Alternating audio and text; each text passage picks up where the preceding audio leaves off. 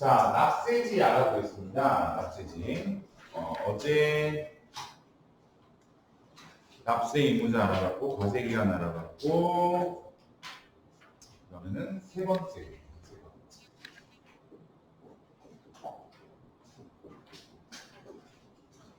결론부터 얘기하면 납세지는 부가세법상 납세지는 사업장 소재지예요. 그러니까 그 납세 의무자가 있는 장소가 있죠. 사업장 소재지잖아. 사업장에 있는 그 장소 관할 세무서에다가 돈을 내는 거다 이런 얘기죠. 근데 만약에 그런 거죠. 원칙이 사업장이 한 군데가 아닌 사람이 있을 수 있잖아요. 내가 본점도 있고 지점도 있고 이렇게 여러 군데 문어발식으로 사업하는 사람도 있을 거고, 사업장이 여러 군데 있는 사람들도 원칙은 여러 사업장이 있는 경우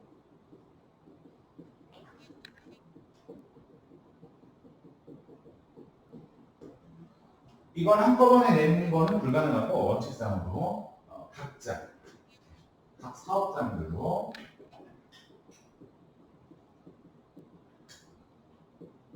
신고도 하고 납부해야 된다.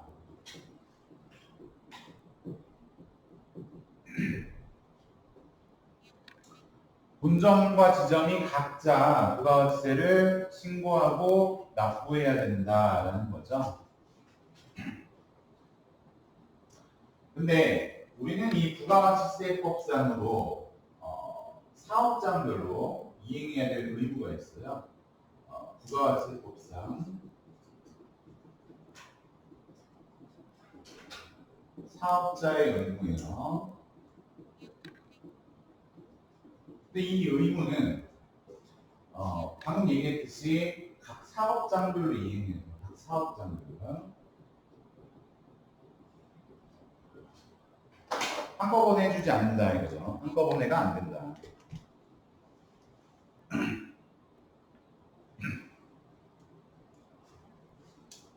자, 그래서 각자 해야 되는 의무가 어떤 것들이 있는지 그것들을 알아보도록 하겠습니다. 자, 먼저 첫 번째, 사업자 등록을 해야 된다. 각 사업자분들로 사업자 등록의 의무. 두 번째, 사업자 등록도 해야 되고, 그다음 뭐 해야 돼? 이거는 각 사업장별로 세금 계산서를 교부하고 수치를 해야 돼. 세금 발행하고 받고. 그 다음에 세 번째, 누가 야, 너 이번에 부가세 얼마 내야 된다라고 안 알려줘요. 그래서 과세 표준 세액 계산의 의무 지가 해야 돼. 그리고 네 번째가 신고도 각자 해야 되고, 자진 신고, 납부도 알아서 해야 돼. 만약에 환급이 발생하면 환급도 지가 받아야죠. 그 다음에 이제 마지막에 다섯 번째, 여기 결정, 경정, 징수의 의무가 있습니다. 의무는 그래서 총 5가지인데, 자, 마지막에 나오는 이 말이 무슨 말이냐면, 결정이라는 건 세금을 확정짓는 결제를 말해요. 세금은 언제 확정이 될까요? 부가세는 예정신고도 하고 확정신고도 해야 되잖아요. 그럼 예정신고만 하면 그 과세기간에 세금이 확정이 되나요? 뭐야? 방에 들어갔는데 문 열고 들어가는, 문 안 닫았죠? 아직 끝난 게 아니잖아. 그러면 나한테는 의무가 있는 게 뭐야? 들어갈 때 문 열었으면 문 닫아야겠지.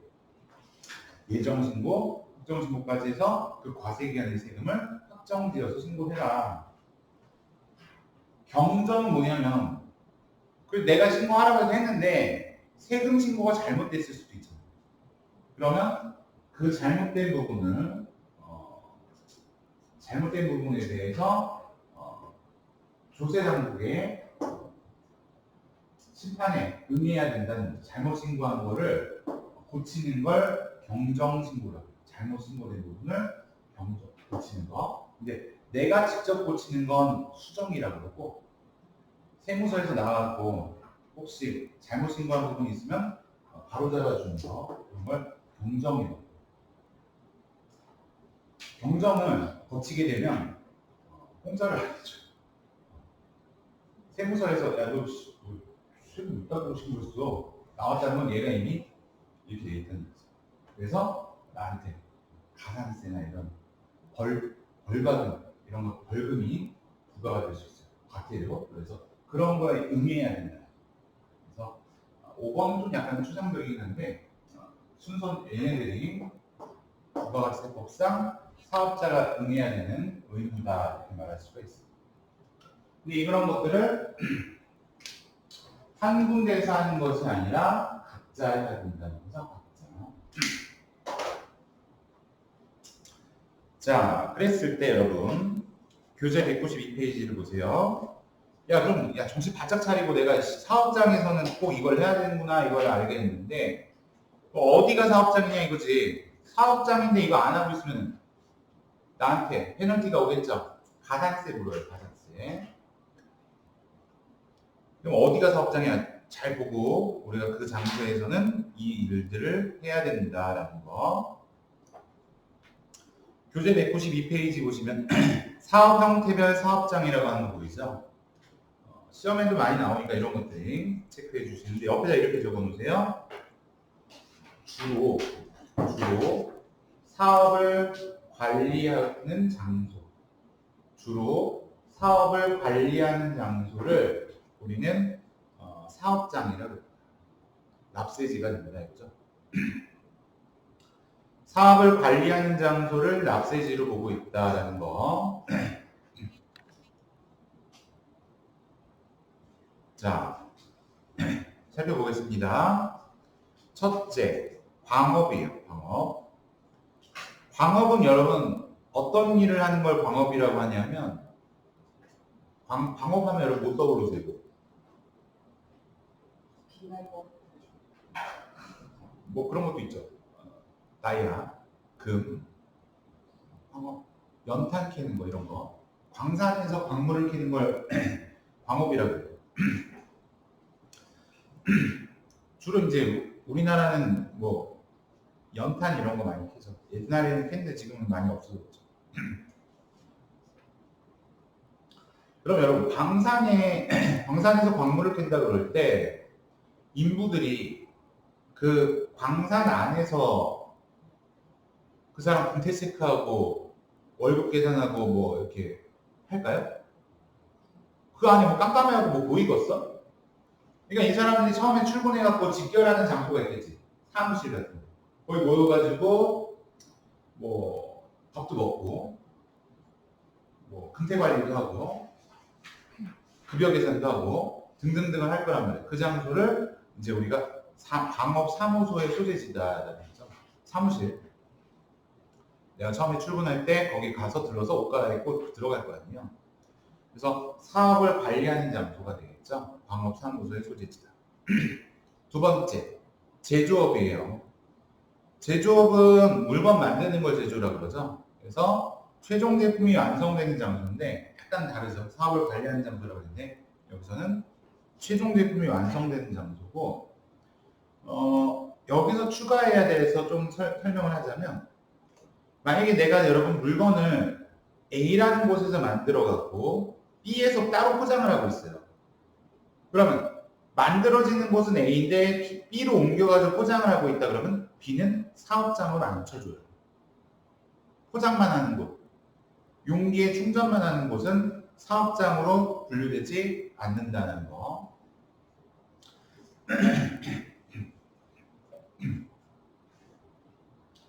그래서 최종 제품이 완성된 장소를 사업장으로 보지만 단순 충전이나 포장만을 담당하는 장소는 사업장으로 분류하지 않는다. 세 번째 가볼게요. 건설업, 운수업, 부동산 매매업이 있어요. 이 업종들은 어떤 특성이 있어요, 여러분? 건설은 뭐 하는 거예요? 뭘 만들어?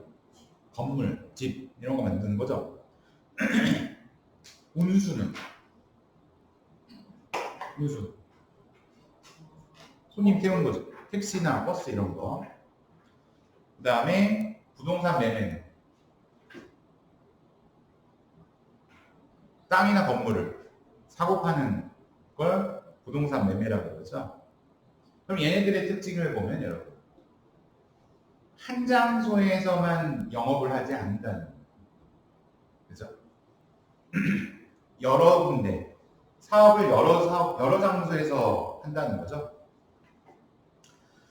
그렇기 때문에 이 애들은 매출이 발생하는 장소를 사업장이라고 하면 관리하기가 너무 어렵게 되죠.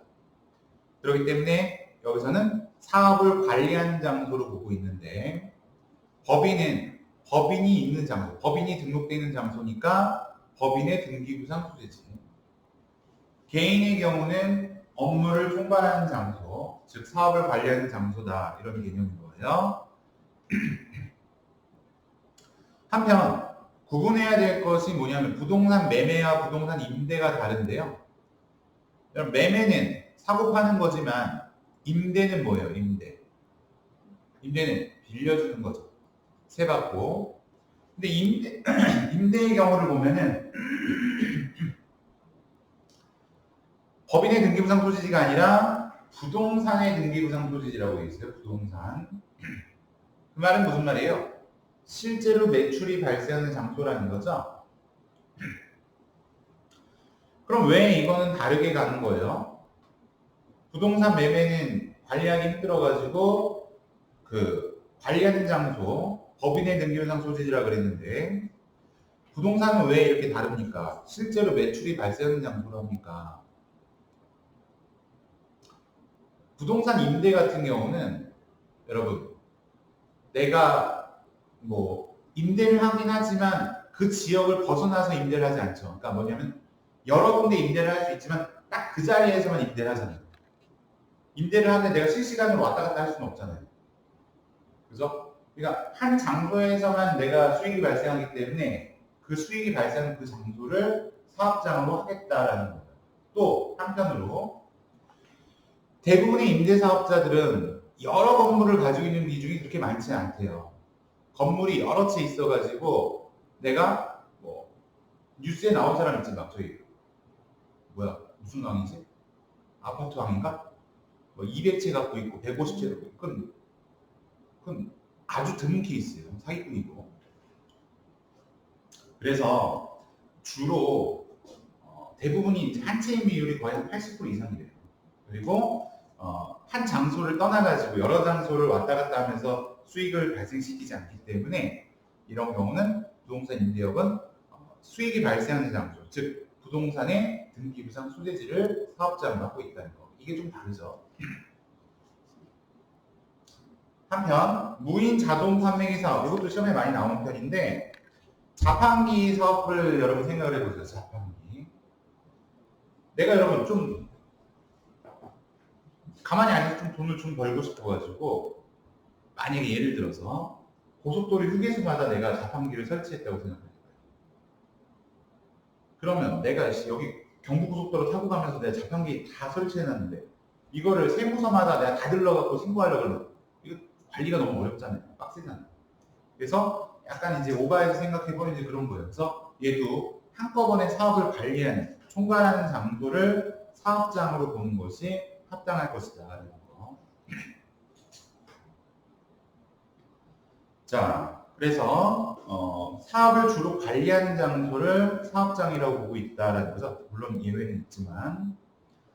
자, 하단에 내려가 보면 구체적인 사업장이라고 해가지고 장소의 형태별로 구분을 짓고 있는데 거기 보시면 직매장, 하치장, 임시사업장이라는 것이 있어요. 얘네들은 뭐냐? 장소의 개념에서 본다면 직매장이라고 하는 것이 있고 하치장, 임시사업장이 있습니다.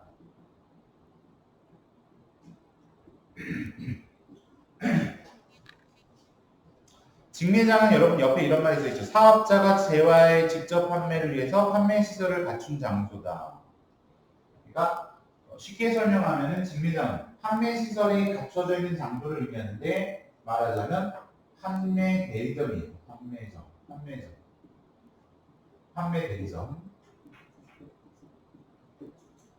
길거리 나가보세요, 여러분. 길거리 나가서 주위를 둘러보세요. 눈에 보이는 게 다 뭐예요? 상점이죠. 그럼 본사가 따로 있고 본사가 나와서 장사를 할 수도 있지만 지가 다 못 팔면은 대리점주 모집해서 팔죠. 들어가 보면 다 뭐 물건 파는 데죠. 그럼 이게 판매 시설이 갖춰져 있는 장소라는 거예요. 다 직매장들. 직매장들이 모여 있는 곳이 어딘지 알아요, 여러분? 여러분 가까이에 있어요. 주말에 자주 가는. 거기 직매장들에 모여 있는 곳이죠. 그죠? 그죠? 여기 다 가게들이잖아요. 그런 데가 이제 직매장, 판매 시설이 갖춰져 있는 장소. 근데 얘네들은 들어가면 물건 팔아가지고 수익, 돈 벌죠. 매출이 발생한다는. 그러니까 이런 경우는 자기들이 판매한 물건에 대해서 부가세 신고 납부를 해야 될 의무가 있어요. 돈 팔았으니까 수익 발생하니까. 그래서 여기는 사업장에 해당된다. 사업장에 해당되기 때문에 위에 언급했던 이런 의무들을 이행해야 될 필요성이 있다는 거죠.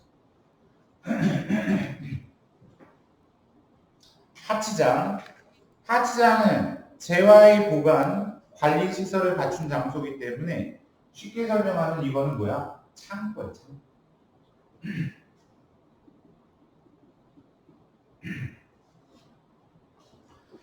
창고는 매출 발생할까요, 안 할까요? 물건 보관을 목적으로 하고 있는데.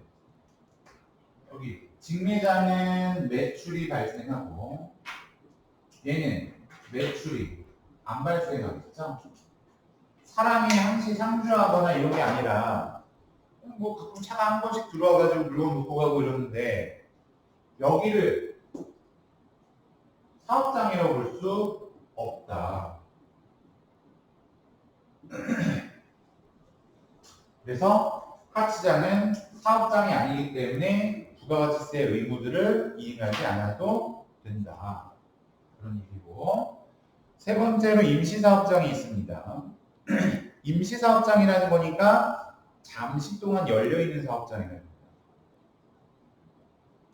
박람회나 전시회 등의 임시로 사업장을 개설한 장소인데 박람회나 전시회 하면 여러분 뭐가 있어요? 베이비 박람회 이런 것도 있고 결혼 박람회 있고 결혼, 임신, 육아, 출산 박람회 있죠. 그러니까 이제 그 나이대에 따라서 가는 데가 다 달라요. 이제 여러분들도 이제 결혼할 때가 되면 결혼 박람회 갈 거고 또 저기 아이가 생길 것 같으면 임신, 육아, 출산 박람회 갈 겁니다. 이렇게 하시는 분들 다 이제 그걸 증명하는 거고 뭔 소리 하는 거야 이렇게 그러면은 아직 난 모르는 거고 취업 박람회 이런 데도 있죠. 그래서 얘네들은 여러분 늘 있나요? 늘은 아니지. 근데 박람회를 한다는 건 뭐야? 그 자리에 사람이 많이 몰릴 것을 예상하고 있는 거죠. 맨날 있는 게 아니라 그거 한다면 사람 많이 몰릴 테니까 거기에 업체들이 나가가지고 물건도 팔고 자기네 회사를 홍보하기도 하고 등등등을 하는 거잖아요. 사람이 많이 몰릴 것으로 예상하고서 가는 거예요. 예를 들어서 저는 야구를 좋아하는데 야구 경기 한다 그러면 그 주변에 가면은 뭐 파는 사람들 있잖아요. 그러면 이런 경우는 임시사업장이라고 부르는데 걔네들은 그럼 원래는 평상시에 어디 있던 거예요? 딴 데서 사업을 하고 있던 사람들이겠지. 근데 그날 사람이 몰린다 그러니까 뭐나 하나 더 팔아보려고 거기 모인 거예요. 그래서 그런 사업장, 임시사업장. 그럼 내가 딴 데서 사업하다가 그날 사람 몰린다고 해서 갔다 그러면 나는 거기다가 세금 내야 되냐 이거예요. 평상시에 내가 여기 경기도에 있는데 야구장에 사람 몰린다고 해서 저기 서울에 갔어요. 잠시에. 거기서 내가 오늘 물건 팔고 왔는데 너 잠실에서 물건 팔아면 서울에다 내야지. 송파. 근데 왜 여기 평택에다? 그럼 이건 관리가 어려워지죠. 내가 하루 갔다 온 건데. 그래서 이 임시사업장, 기존 사업장에 포함되는 거예요.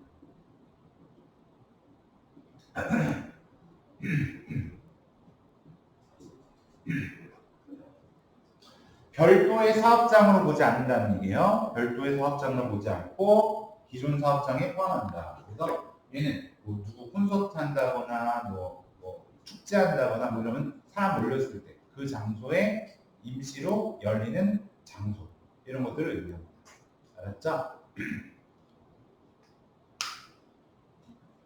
그럼 여러분 이거는 그냥 지나가는 얘기예요.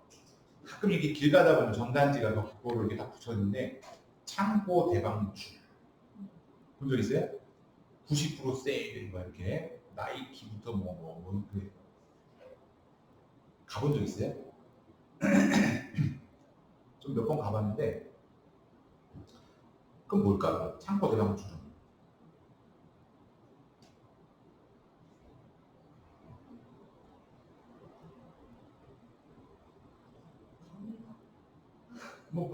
등등등등인데 이 중에 그럼 그건 뭐에 해당이 될까요? 걔가 잠깐 있다 사라지는 거면 임시사업장이겠지. 그 어디 가게 망하면 이제 거기서 이제 도깨비 뭐 이렇게 팔고 하는 거 그렇게 볼 수 있을 것 같아요. 너무 큰 의미를 두지 마세요.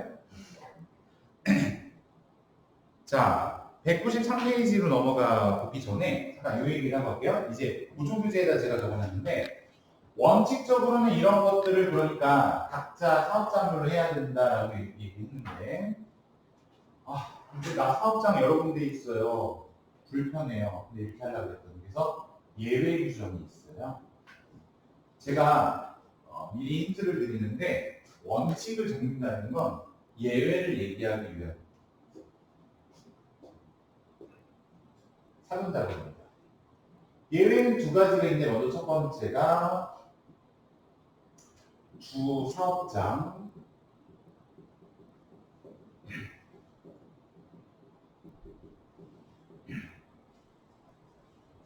총괄 납부 제도예요. 주 사업장 총괄 납부 보조교재 우측 하단에 있어요.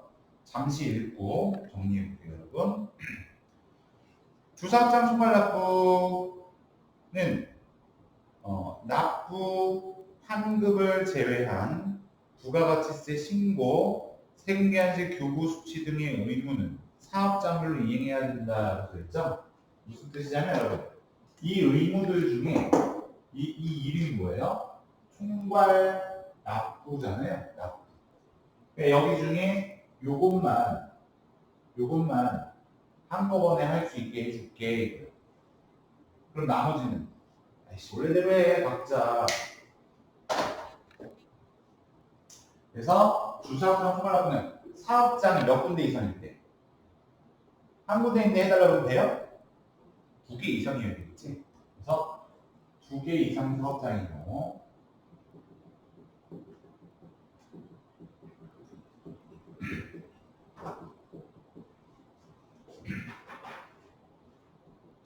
부가가치세를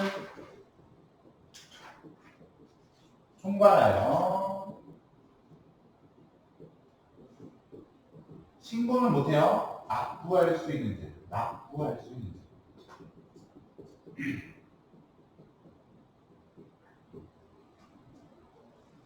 그래서 그 외의 의무는 각자 해야 됩니다. 그 외의 의무는 각자. 신고도 각자고 사업자 등록도 따로따로 해놔야 되고 뭐 이런 거죠. 근데 얘는 여러분 돈 한꺼번에 낼 수 있는 제도이기 때문에 나 이거 하고 싶어요 하는 사람 있으면 세무서에다 신청하면 돼요. 그래서 이거는 적용하는 것이 사업자의 신청에 의해서 적용한다.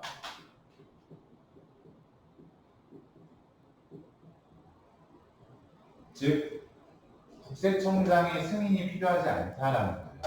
승인은 필요 없다. 승인 불필요. 가서 내가 해줄게. 뭐 이런 거 없어. 그냥 거부권 없고 이런 거 없고 그냥 내가 신청하면 되는 거예요. 자, 그 다음에 그 적용은 그렇게 되겠고 됐죠? 이렇게만 알아둡시다. 그러면 두 번째 제도는 뭐냐면 사업자 단위 과세 제도라는 건데 보조교재 한 페이지 뒤로 가보세요. 60페이지 읽어보고 정리해 볼게요. 사업자 단위 과세 제도 이 말은 뭐냐? 야, 나 그냥 우리 한 묶음으로 봐주면 안 되냐? 나 그냥 한 묶음으로 해주세요. 이거. 엑셀이나 이렇게 파워포인트 이런 거 프로그램 보면 도형 그룹으로 묶이고 이런 거 있죠. 그런 것처럼 얘네들을 한 묶음으로 묶어버리는 거예요. 그때부터는 어떻게 돼? 도형 이동 이렇게 해보면 다 같이 움직인단 말이에요. 잘 못하는데요, 저도. 그런 것만 알아요. 자, 그래서 잠깐 읽어보면은 사업자 단위 과세 적용을 받는 사업자는 과세 표준 및 납부세액을 총괄사업장 관할 세무서정에게 총괄하여 신고도 할 수 있고 납부도 할 수 있다. 신고 및 납부 다 된다. 야, 우리 한 묶음이다. 이거요. 그래서 여러분 사업자 단위 과세 사업자가 되면 이거를 다 이거다. 야, 나 한 덩어리로 봐주면 안 되냐? 이거다. 그래서 이거 전부를 다 한꺼번에 할 수 있는 제도예요. 사업자 단위 과세 제도.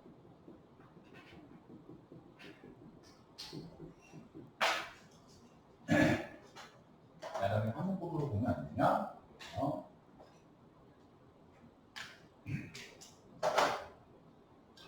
이것도 여러 사업장이 있는 사업자가 적용하겠죠? 2개 이상의 사업장인 경우.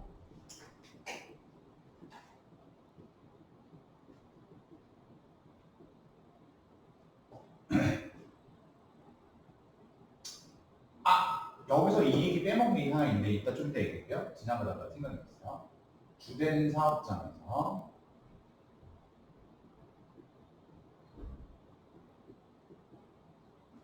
부가세를 신고도 하고 납부도 할 수 있다.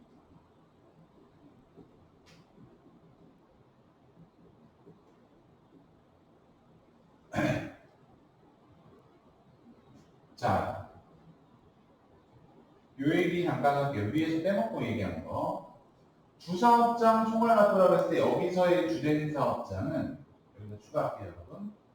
그럼 너 어디서 돈 내는 거냐? 주된 사업장은 어디냐? 그러면 내가 고르면 돼. 본점을 할 건지 지점을 할 건지 사업자의 선택에 의한다. 지점 받는다. 본점이나 지점 중에 내가 정할 수 있다.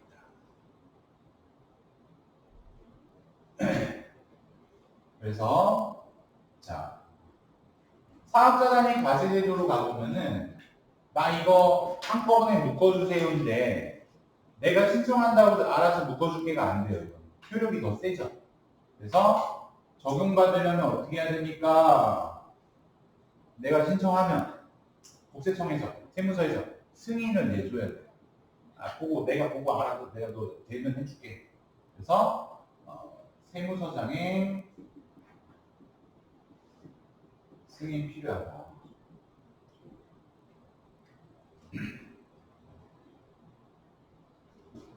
그 다음에 여기서는 그럼 주된 사업장이 어딘가요? 내가 못 골라요. 못 고르고 본사만 가요. 본점. 본사만.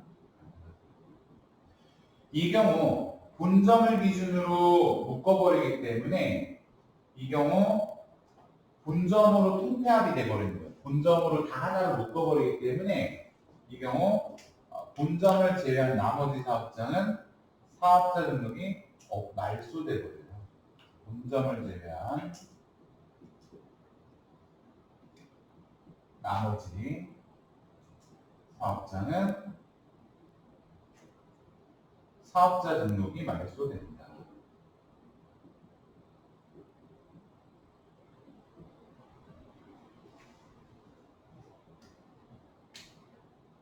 우리 항목금 한 덩어리가 되기 때문에 그렇게 처리가 된다는 거죠.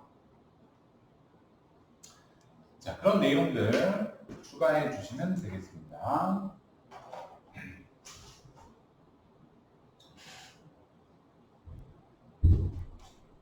자, 그렇게 하고 이제 사업자 등록으로 가보도록 할게요.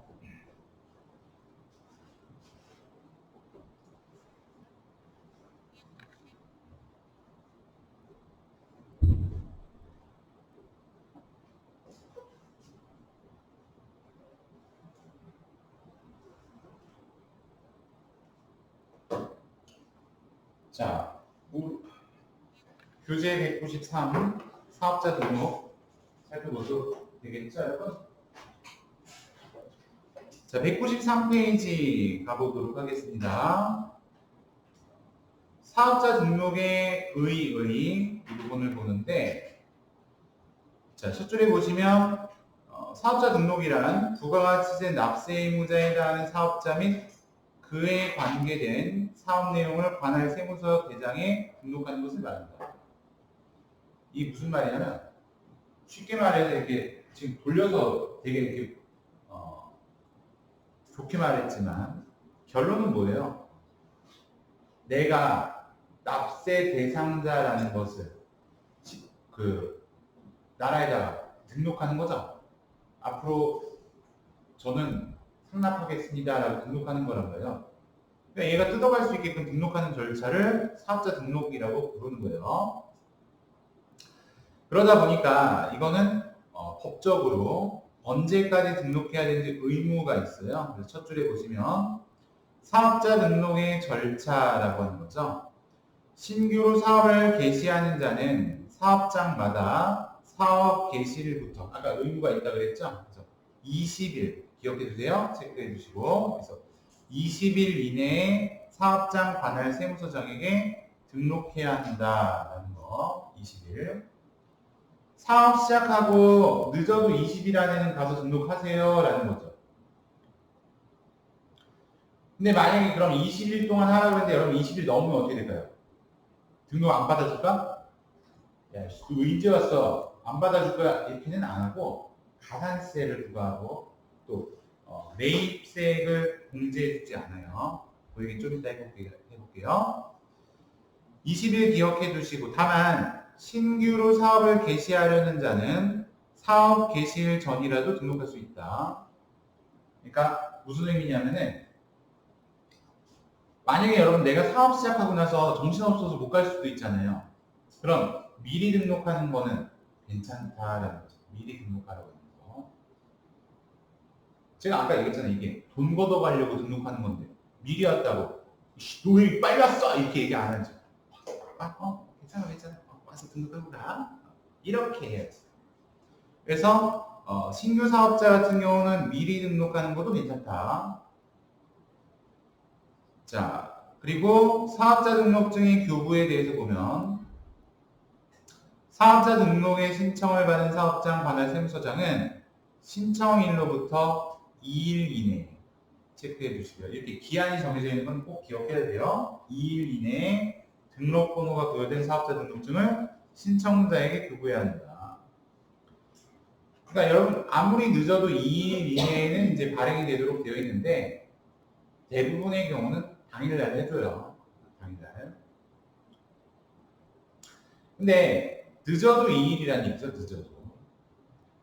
그러다 보니까 예외가 있는데 다만 사업장 시설이나 사업 현황을 확인하기 위해서 국세청장이 필요하다고 인정하는 경우 그때는 교부기한이 5일 이내에 연장할 수 있다. 그러니까 얘가 이거 인가를 받아서 사업을 해야 되는 사업들 있죠. 인가. 이건 그냥 등록한다고 바로 할 수 있는 게 아니라 인가가 제대로 나야 되거나 이런 경우 좀 자기들이 확인을 해봐야 되는 경우 이런 사업의 경우는 기간이 5일까지 연장될 수 있다는 거죠. 5일 이내에 발행을 해줘야 된다.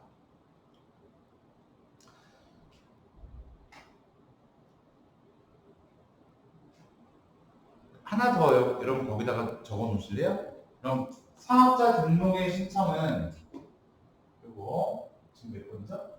4번인가요? 사업자 등록에서 하나 얘기하고 싶은 건 그럼 나 맨날 저기 내가 여기 지금 평택에 있으면 평택 세무서에만 등록해야 되냐? 딴 지역에 가서는 등록해 줄 수 없냐? 예를 들어서 내가 저기 다른 데 지역에 있다가 거기 세무서가 보여요. 그래서 여기서 세무서에다가 사업자 등록할 수 있냐? 지역은 평택인데 가능할까요? 안 할까요? 아까 얘는 목적이 뭐라고 했어요? 돈 받으려고 하는 거예요. 근데 딴 데 왔으니까 너 안 된다 그럴 것 같아요? 아니면 받아줄 것 같아요? 받아주지. 돈 거두려고 하는 거예요. 고객님 유치하는 거죠. 그래서 타 지역이죠. 타 지역 관할 세무서 등록도 가능합니다. 맞죠? 사업 개시한 날로부터 20일 이내에 신청해야 되는데 신규 사업자는 사업 개시 전에 등록하는 것도 가능하고 내가 사업자 등록 신청하면 2일 이내에 사업자 등록증을 발행해 줘야 되는데 만약에 조사가 필요한 경우라면 5일까지 기간이 연장될 수 있다는 점.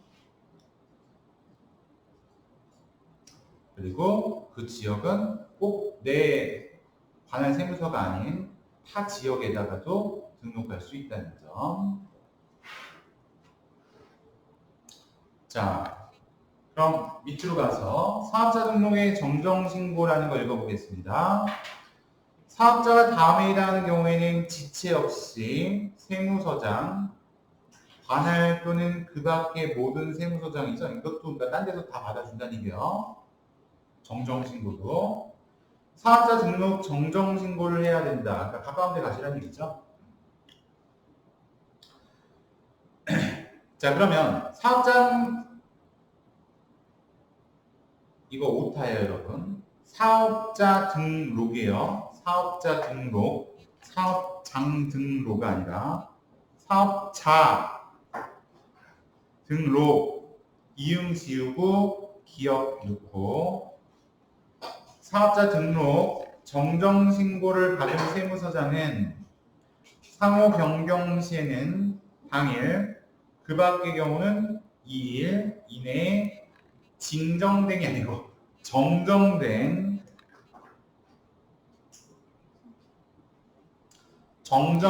사업자 등록증을 제교부해야 한다. 이거죠? 정정된 걸로 제교부해야 된다. 근데 요거는 여러분 책보다 보조교재 내용이 더 자세하게 나와 있기 때문에 보조교재 내용을 보면서 살펴보도록 할게요. 자, 60페이지 보조교재 보이시나요? 자, 양가로 3번이에요.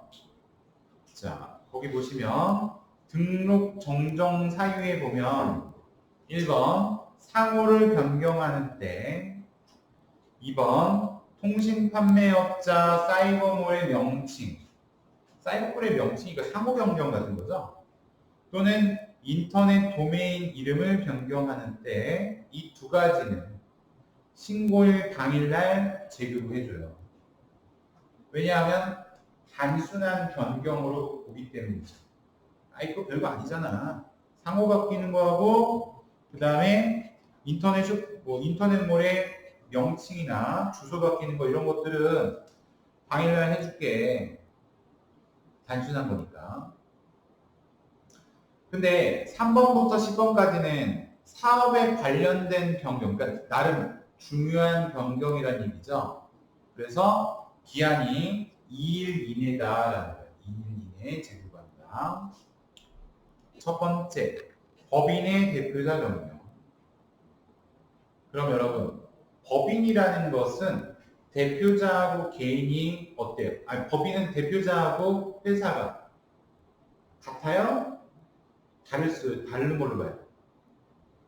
다른 걸로 보죠. 법인이라는 건 사장하고 회사를 별개의 존재로 보고 있다는 거, 따로따로.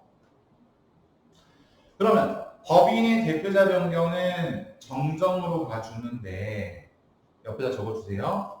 개인의 대표자 변경. 개인 사업자. 개인 사업자는 그 사장이 곧 그 회사예요.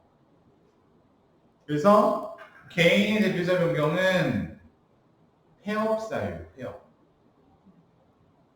개인이 대표자 변경하면은 폐업으로 쳐요. 폐업으로. 자, 4번 가볼게요. 사업의 종류의 변동이 있을 때, 그러니까 예를 들면 업종 변경할 수 있죠. 업종 추가나 업종 변경. 여기 음식점 옛날에 이 집이 아니었는데 가게 바뀌는 경우 있죠. 업종 변경하는 거죠. 사장님 그대로인데. 이런 거는 이제 그 정정 사유예요. 폐업이 아니라. 5번 상속으로 인한 사업자 명의 변경. 그러니까 3번하고 5번은 꼭 기억 체크해 주세요. 따로. 상속으로 인한 사업자 명의 변경이 있는데 여기다 써놓으세요. 증여에 의한 명의 변경은 폐업 사유예요. 증여에 의한 상속이랑 비교되는 게 증여인데요. 증여에 의한 명의 변경은 폐업 사유로 본다. 자, 다시 정리해 볼게요. 그럼 상속은 뭔데? 상속. 맞아요. 사망에 의해서 받는 걸 상속이라고 그러죠. 그거는 내가 여러분 정할 수 있어요? 무슨 말이냐면 사망을 나의 선택에 의해서 정할 수 있어요? 안 돼. 지금 죽지 마. 야, 지금은 아니다. 야, 기다려. 이거 내가 할 수 있어요? 못하지. 증여는 할 수 있죠. 사람의 어떤 인력으로 할 수 있는 부분이잖아요. 상속은 그러니까 정정으로 인정해 주는데 증여는 인력으로 할 수 있는 부분이기 때문에 그거는 폐업사유로 쳐요. 폐업사유. 어쩔 수 없이 불가항력인 경우는 정정이지만 불가항력이 아닌 경우는 폐업사유로 본다. 사업장을 이전하는 때 주소 바뀌는 거죠. 이런 것도 정정 사유예요. 공동사업자의 구성원 또는 출자 지분의 변경이 있을 때 나하고 친구하고 같이 사업했는데 친구가 빠진대요. 그럼 이런 것도 정정 사유가 되는 거예요. 그 다음에 아까 사업자 단위 과세사업이라는 거는 한묶음으로 묶는 거라고 그랬잖아요. 내가 예를 들어서 도형 묶음, 그룹으로 묶었는데 도형 묶음이 바꿔야 돼. 풀어야 되잖아요. 그래서 정정 사유에 속하는 거죠. 사업자 단위 과세사업자가 총괄 사업장을 이전 또는 변경하거나 종된 사업장을 신설 이전하거나 종된 사업장의 사업을 휴업, 폐업하는 경우 다 정정사유고 정정사유는 2일 이내에 재교부하도록 되어 있다. 그렇죠? 한편 여러분 사업자 등록은 아까 2일 이내에 하라 그랬잖아요. 20일 이내에 하라 그랬죠. 20일 미안해요. 20일 이내에 사업자 등록을 하라 그랬는데 그때까지 안 하면 어떻게 됩니까? 두 가지 불이익이 따라오는데 매입세액이 공제되지 않는다. 두 번째는 미등록 가산세가 부과된다. 내 입장에서는 제일 큰 게 매입세 불공제라는 거. 공제 못 받는 게 제일 큰 거죠. 세금 부담이 커지니까. 물론 가산세도 있지만. 잠깐 읽어보면은 사업자 등록 전에 매입세액을 매출세에서 공제 못 받는다 이런 얘기죠. 다만 공급 시기가 속하는 과세 기간이 끝난 후 20일 이내에 등록을 신청한 경우 자, 과세기한이 끝나고 20일이면 여러분 몇 월 며칠일까요? 과세기한 몇 월에 끝나요? 1기는 몇 월에 끝나요? 1기는 몇 월부터 몇 월이죠? 1월부터 6월까지죠. 그러니까 7월 20일이 되겠지. 2기는 몇 월 며칠에 끝나요? 2기는 몇 월 며칠에 끝나요? 12월 31일에 끝나죠. 그러니까 끝나고 20일은 1월 20일이 되겠지. 그래서 1기는 7월 20일, 2기는 1월 20일까지 등록 신청하면 야, 왜 이렇게 늦었어? 내가 한참 기다렸잖아. 에이, 그냥 봐준다 이거죠. 등록 신청일로부터 공급 시기가 속하는 과세기간 기산일까지 역산한 기간 이내 매입세액은 공제 가능. 말이 복잡한데 그 날까지 신청하면 그 이전에 있었던 거는 깎아주겠다. 없던 걸로 해주겠다 이거죠. 근데 없던 걸로가 안 되는 이유가 뭐냐면 공제는 해주지만 미등록 가산세는 부과가 돼요. 늦어도 7월 20일, 1월 20일까지 등록 신청해야 되는 거고 그렇게 가면 일단 가산세는 부과가 됩니다. 그래서 사업자가 법정 기한까지 사업자 등록을 하지 않거나 타임명으로 등록하는 경우 가산세 부과가 되는데 등록 안 하면 공급가액의 1% 가산세로 부과가 됩니다. 좀 복잡한데 남의 명의로 하면 뭐 2% 이런 것도 있어요. 그래서 1%다 일반적으로. 여기까지가 부가가치세 총론에 관한 내용들이었고 여기까지 보고 잠시 쉬었다 할게요.